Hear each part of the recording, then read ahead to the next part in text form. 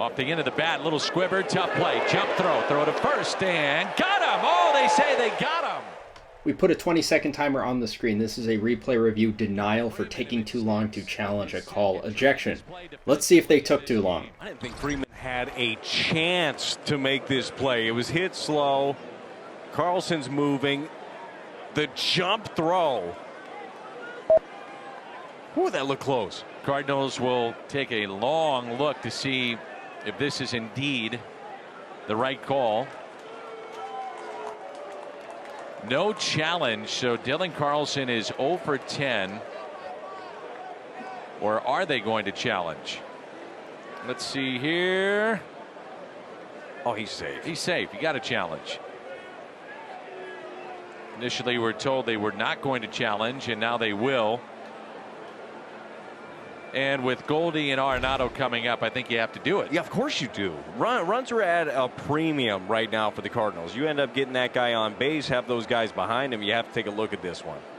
Well, the umpires have come together. They are not on the headset. So what are they looking at?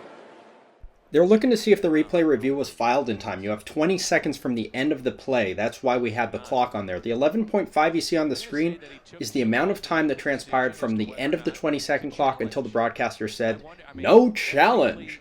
Guess I have as to why they won't do this. Would you agree? Yeah, I think so. I mean, it's the only other thing that makes sense. They were looking at in the dugout. I mean, this is standard protocol here. You look at a play, you have a little bit of time to do so. But when's the last time you saw them actually stick to that and say, hey, you went over the amount of seconds to challenge? They never do. Actually, and I know that comment's probably hyperbole, but Greg Gibson has done it twice this year. Tom Hallion has denied challenges. Colbreth has denied. Miller has denied. A whole bunch of managers have had their challenges denied for taking too long, whether it was the 30 seconds back when it was a 30-second limit, or this year 20 seconds. It has happened. You got to go through the various looks inside the video room. The best look was the one, to me, that saw the ball going into the glove, and you could see it when it hit the back of the glove, almost a shot from across the diamond to Joey Votto. And so, since the challenges have been a part of this, I can't remember a time where they said you're taking too much time and now you don't have the challenge. Yeah, they may say hurry up, but it's not like there was a pitch thrown or anything here. I mean, you get a couple of looks at this trying to make sure it ends up being right. The rule is you have 20 seconds to challenge, but to your point, you never see the clock going. Actually, on that too, if you talk to anyone who operates these clocks in these stadiums, they start it as soon as the call is made. It is a 20-second timer. When it gets to 0, the clock goes away. There's nothing left on the screen. That's how you know time has expired.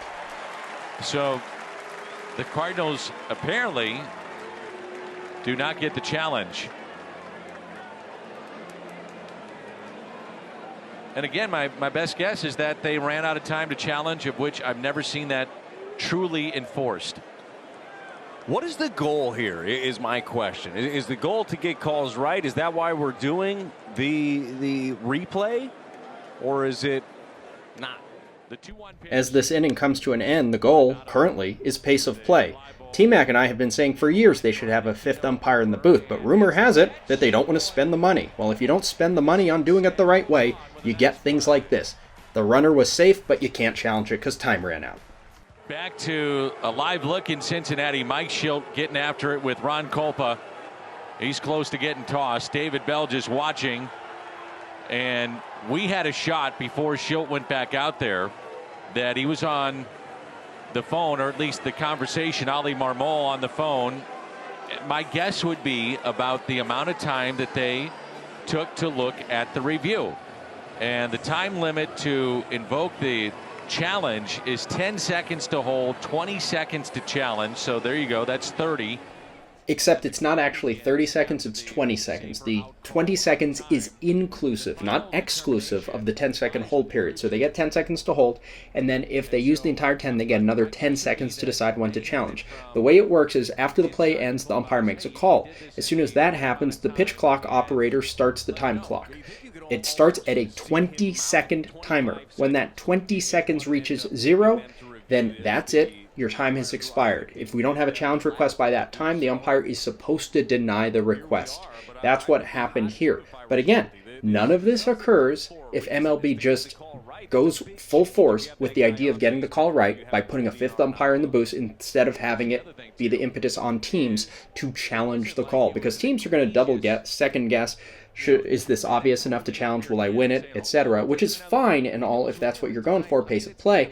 But if the goal is to get the call right, you should have a fifth umpire in the booth. Don't skimp on the money. I know that they spent all this money on the fancy replay center, so they're probably not going to change the way they do things. But had you had a centralized review process where you have an umpire in the booth doing the review themselves, instead of team challenges, Shildt never gets ejected. What happens is the play goes to review, the out call gets overturned to safe, and we continue playing baseball. Speaking of which, later in the game. First pitch is another breaking ball high. Breaking ball again.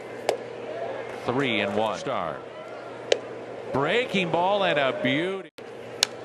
Fast Cabrera. The 3-2 again. Doesn't get the call. Well, that was the pitch. It was 100, and it looked to be spotted down and away. Does not get the call from home plate umpire Chad Fairchild. It's about as good as you're going to spot up a fastball. That's a perfect pitch.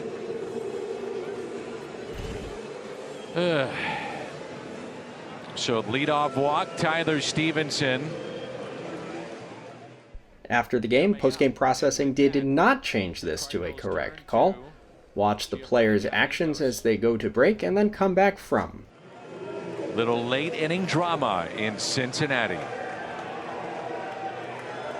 Home plate umpire Chad Fairchild was taken back to his childhood when